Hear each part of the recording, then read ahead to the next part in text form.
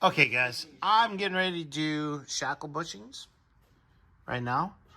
Rear shocks. Excuse me. If I wanted a comment from the peanut gallery, I would have asked. Yeah, I don't need no micromanaging right now. You would have asked. You would have asked. I would have asked. There you go. Thank you.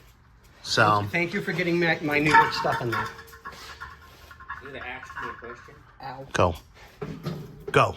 Boo.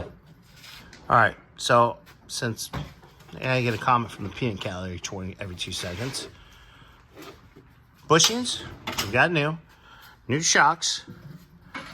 Change out the rear rubber hose because we have new ones, and then I'll get started on. Oh, there's mine. You know what's funny? Scotty and the boing boing. Oh, I mean that makes sense. The curb's only gonna be on one side. But let me put it to you this way. I'm gonna put a steel butt plug right here. Oh shit! Now watch. Wait. I plead the fifth right now.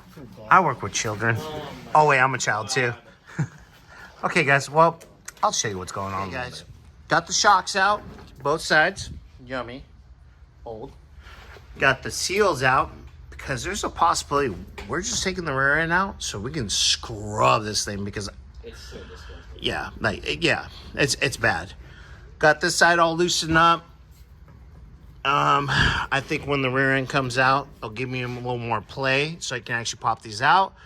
And then I can also put the new bushings, which are right there. Whoa, no, and put this in, put this back in like that while I'm cleaning that. And I can set up the shocks, be ready, be good to go. So I'm gonna keep on rolling, keep on moving. I'll show you this side. Because this seal was a pain in the butt to come out. But it's out. Because, yeah, I'm going to have to take some kind of scrubber in there. Because it's caked in there. And I want this thing to be rolling down the road. Perfect. At least from the factory. All right, guys. Later.